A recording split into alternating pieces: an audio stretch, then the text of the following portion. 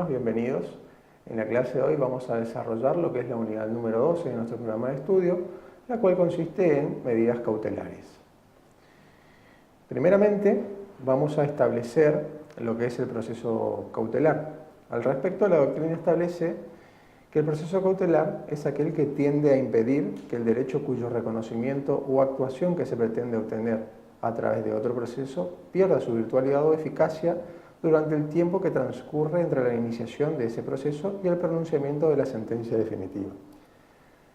De esta conceptualización nosotros podemos observar que la medida cautelar o el proceso cautelar es un proceso de carácter accesorio, puesto que se encuentra vinculado a un proceso principal. Dentro de ese proceso principal existen derechos que desde el momento en que se encuentra interpuesta la demanda hasta el tiempo en que transcurre hasta el pronunciamiento de la sentencia definitiva, no se encuentran firmes. Entonces, el objetivo que tiene la medida cautelar o el proceso cautelar es la de otorgar una garantía de que el mismo no pierda virtualidad o eficacia durante el transcurso de ese tiempo. Ese sería el objetivo que tiene el proceso cautelar. En cuanto a las características, como vemos en el PowerPoint, vemos que, como ya lo hemos enunciado, el primero de ellos es la accesoriedad. Estas medidas cautelares no son autónomas, sino que están siempre vinculadas a un proceso principal dentro del cual existen derechos peticionados por las partes, los cuales no van a tener un carácter definitivo hasta tanto no existe una sentencia firme y consentida. Este es la característica de accesoriedad, que se encuentra siempre vinculado a lo que suceda en el proceso principal. Otra de las características es que la medida cautelar es inaudita parte. Esto quiere decir que ante la sola solicitud del peticionante, el juez debe dictar una resolución haciendo o no lugar a esta medida cautelar sin correr traslado a la contraria, a la parte cautelada. En cuanto a la mutabilidad, otra de las características de las medidas cautelares se refiere justamente a que las mismas se pueden modificar en el transcurso del tiempo, ya sea para aumentarlas o mejorarlas, modificarlas, también se la puede reducir o sustituir, como vamos a ver más adelante. La última característica es la de provisoriedad, puesto que las medidas cautelares no son definitivas, son provisorias en razón de que se van a mantener siempre y tanto no cambien las circunstancias fácticas que le dieron origen. Sentado ello, pasamos a los presupuestos de las medidas cautelares. Son tres. El primero de ellos se refiere a la verosimilitud del derecho como fundamento de la pretensión principal. En este sentido, como habíamos dicho, lo que intenta realizar la medida cautelar es dar protección a un derecho que no se encuentra firme, que es justamente requerido desde el inicio, a través de la interposición de la demanda en un proceso principal, hasta la sentencia definitiva. Lo que sucede respecto a esta característica, a este presupuesto de la medida cautelar, es que no es necesario que se pruebe que ese derecho sea cierto y líquido. Simplemente se debe comprobar la mera posibilidad de que se dé ese derecho. Es lo que se explica con la locución latina fumus bonis iuris, lo cual significa humo del buen derecho. Otro de los presupuestos es el de peligro en la demora.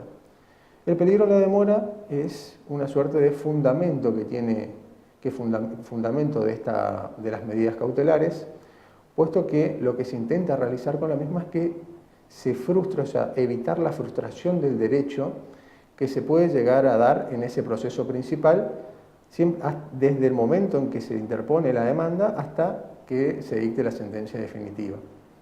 Y por último tenemos el presupuesto de la contracautela. Esta contracautela es la garantía que va a otorgar justamente el peticionante de la medida cautelar para poder responder ante cualquier daño o perjuicio que pueda llegar a ocasionar dicha medida. Podemos establecer que la contracautela puede ser de tres clases: juratoria, personal o real. La contracautela juratoria es aquella garantía que consiste simplemente en el juramento del peticionante de hacerse cargo o de responder ante cualquier daño o perjuicio que ocasione justamente la medida cautelar. También puede ser personal. En este sentido, va a consistir en una garantía que va a otorgar una tercera persona, un garante, con solvencia para responder justamente ante cualquier daño o perjuicio causado por la medida cautelar. Y por último tenemos la contracautelar real, la cual consiste en, como venimos diciendo, en una garantía, pero en este caso una garantía que se va a fundamentar en bienes dados u otorgados por el peticionante para responder ante cualquier daño o perjuicio ocasionado por la medida cautelar. No todas las personas se encuentran obligadas a prestar contracautela. Están exentos a ella, en primera medida, el Estado nacional, provincial o municipal, por un lado, como un primer sujeto, como una primera especie de sujetos exentos de prestar esta contracautela. Podemos enumerar como una segunda categoría a aquellas personas cuya solvencia sea notoria, y una tercera categoría que está compuesta por aquellas personas que hayan obtenido el beneficio de litigar sin gastos. Asimismo, debemos decir que esta contracautela puede ser mejorada a través, en el transcurso del tiempo, mientras se corra el tiempo, siempre y cuando va a depender esto de las circunstancias del caso concreto. Respecto a la clasificación, podemos decir que dependiendo de los bienes que se intenta proteger, podemos dividirlas en tres categorías a las medidas cautelares. Respecto a los bienes que se intentan proteger, podemos citar como ejemplo en este caso el embargo preventivo, la inhibición, la anotación de litis, entre otros. Respecto a las pruebas, en caso de que se intente proteger a las pruebas, podemos citar como ejemplo a la prueba anticipada, la cual se encuentra regulada en el Código Procesal Civil y Comercial. Y en caso, como una tercera categoría, se encuentra en caso de que se intente proteger a personas, y en este caso podemos citar como ejemplo una medida de protección de personas. En cuanto a las disposiciones comunes, podemos observar, siempre teniendo como base a nuestro Código Procesal Civil y Comercial, que a través del artículo 211 del mismo, el escrito de solicitud, es decir, el escrito de demanda por el cual el actor, el peticionante, solicita esta medida, debe contener determinados requisitos, como ser, tiene que individualizar el derecho que pretende asegurar a través de la medida cautelar, debe individualizar también la medida que peticiona y asimismo establecer la disposición legal en que funda su solicitud. Por último, debe cumplimentar con los requisitos legales que enumeramos previamente, es decir, la verosimilitud del derecho, el peligro en la demora y la contracautela. Respecto al juez competente, como regla debemos decir que va a ser competente el juez que entiende en el expediente principal. Acuérdense que las medidas cautelares tienen esa característica de ser accesorias, es decir, se encuentran vinculadas a un proceso o un expediente principal. Por ende, el juez que entiende en este proceso, como regla, es el que va a entender también en la medida cautelar, el que tiene que fallar en la medida cautelar, debiendo abstenerse, en principio, los demás jueces de emitir pronunciamiento en juicios que no le corresponden en su órbita jurisdiccional. Como toda regla, tiene excepción, no es diferente a esto las medidas cautelares. Esto lo podemos ver conforme el artículo 212 del Código Procesal Civil y Comercial, en el cual se observa que la medida cautelar dictada por un juez incompetente es válida. Cuando hablamos de juez incompetente estamos hablando de un juez que no va a ser el mismo que entiende en el expediente principal.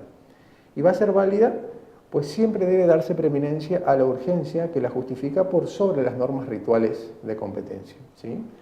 Obviamente que una vez que este juez incompetente que no entiende en el proceso principal dicte la medida, debe remitir de forma urgente el expediente de la medida cautelar para que se vincule al expediente principal y que siga entendiendo el juez del principal.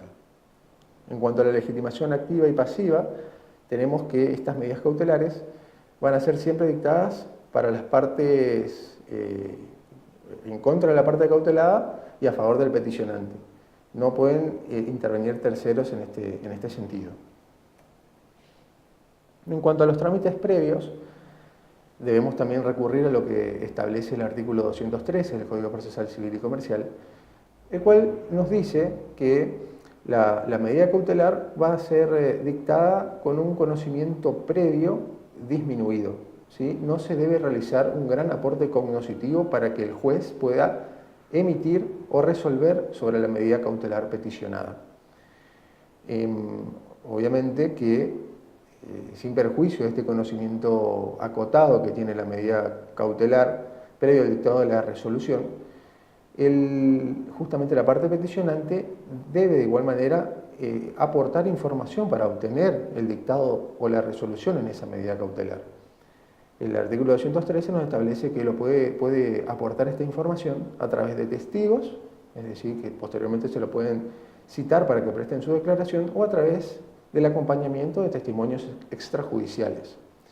Estos testimonios extrajudiciales pueden presentarse con la certificación de un escribano público, en el cual ya va a formar un testimonio completo, no debiendo cumplirse con la otra posibilidad de dar autenticidad a este testimonio extrajudicial, que sería la citación a reconocimiento de ese testimonio extrajudicial que se le debe hacer justamente a el testigo que ha emitido dicho testimonio. Es decir, en el caso de reconocimiento de ese testimonio, lo que hace el juez es citar a la persona que dio el testimonio para que manifieste que el mismo es o no es válido y ha sido emitido por ella. Sentado ello, pasamos a lo que es el cumplimiento y recurso de las medidas cautelares. Como bien dijimos, las medidas cautelares se cumplen inaudita parte, es decir, sin correr traslado a la contraria, sin sustanciar esta solicitud o petición que hace el peticionante. En cuanto al cumplimiento, también se debe dejar sentado que una vez que se consiente la medida por la parte cautelada, la misma tiene la posibilidad de levantar dicha medida a través de un proceso incidental que se puede iniciar con posterioridad. Ya lo vamos a ver mejor a esto más adelante, cuando expliquemos lo que es el embargo preventivo o la inhibición.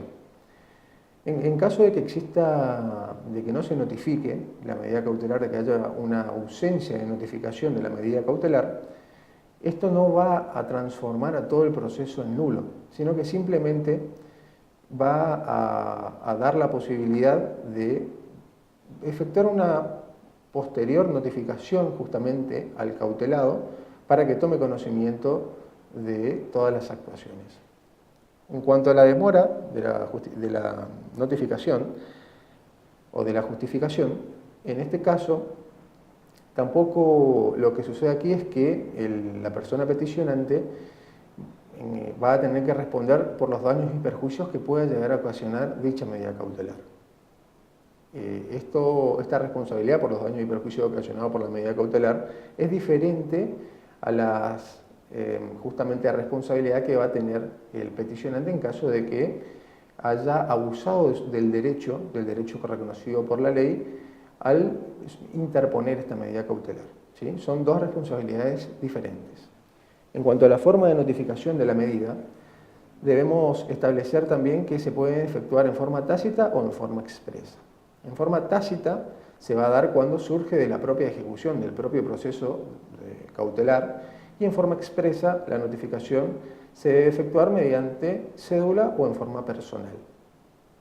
En cuanto al recurso que se puede interponer contra la providencia que admite o que rechaza la medida cautelar, la ley nos establece dos posibilidades. En un primer momento se puede interponer el recurso de reposición, el cual debe entender el mismo juez que dictó la medida cautelar, y también puede interponer el recurso de apelación, el cual puede ser interpuesto en forma subsidiaria con el recurso de reposición o en forma directa sin interponer el recurso de reposición, solamente la apelación.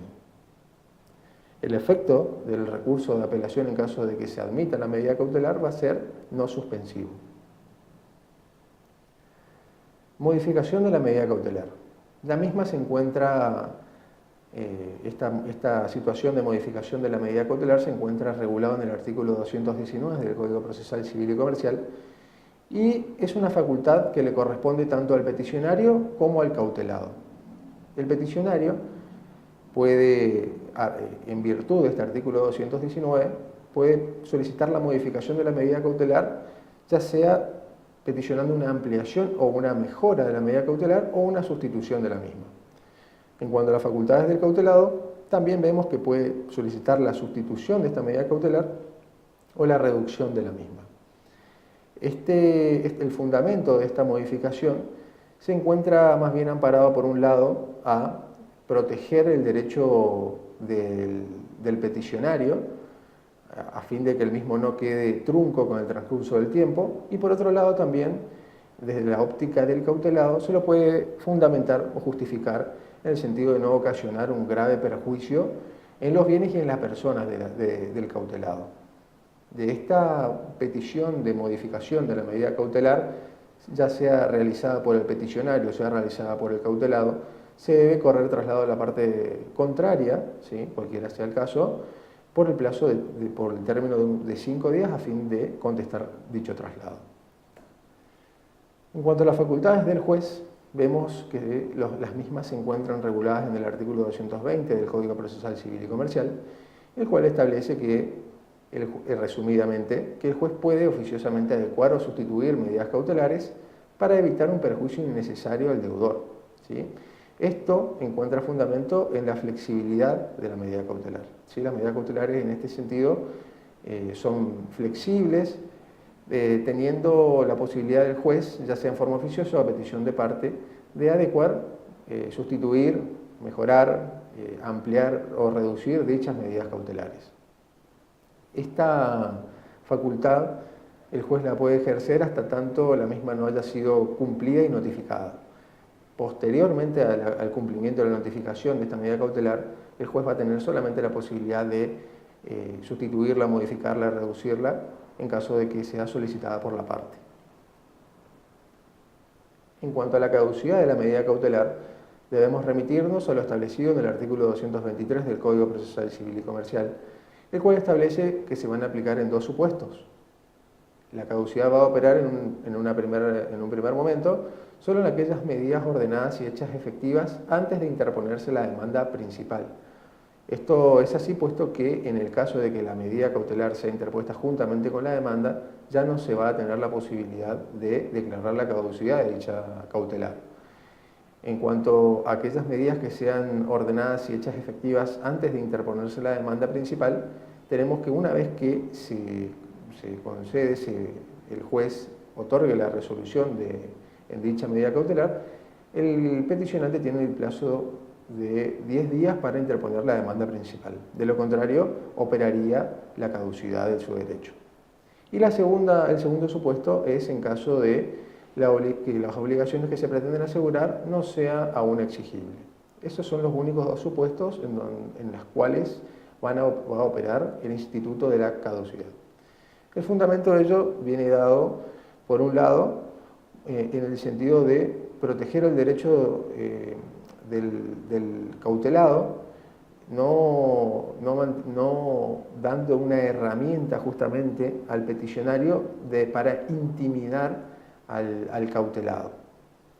En cuanto a esta caducidad, este instituto va a operar de pleno derecho, es decir, puede ser dictado de oficio por el juez o a petición de parte, pero una vez transcurrido ese plazo de 10 días, sin interponer la demanda principal, una vez que ya esté resuelta la medida cautelar, va a operar de pleno derecho. En cuanto a las caducidades de las medidas trabadas en el expediente, esto es el embargo, la inhibición, anotación de litis, van a caducar en el término de 5 años, siempre y cuando no se pida la reinscripción de dichas medidas.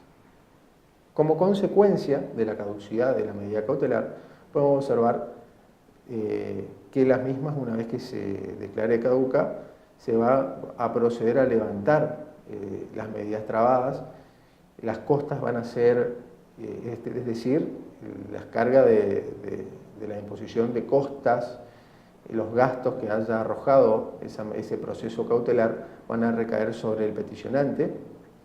Asimismo, el peticionante va a tener que responder por los daños y perjuicios que hubiera ocasionado al cautelado por la iniciación de dicha medida cautelar.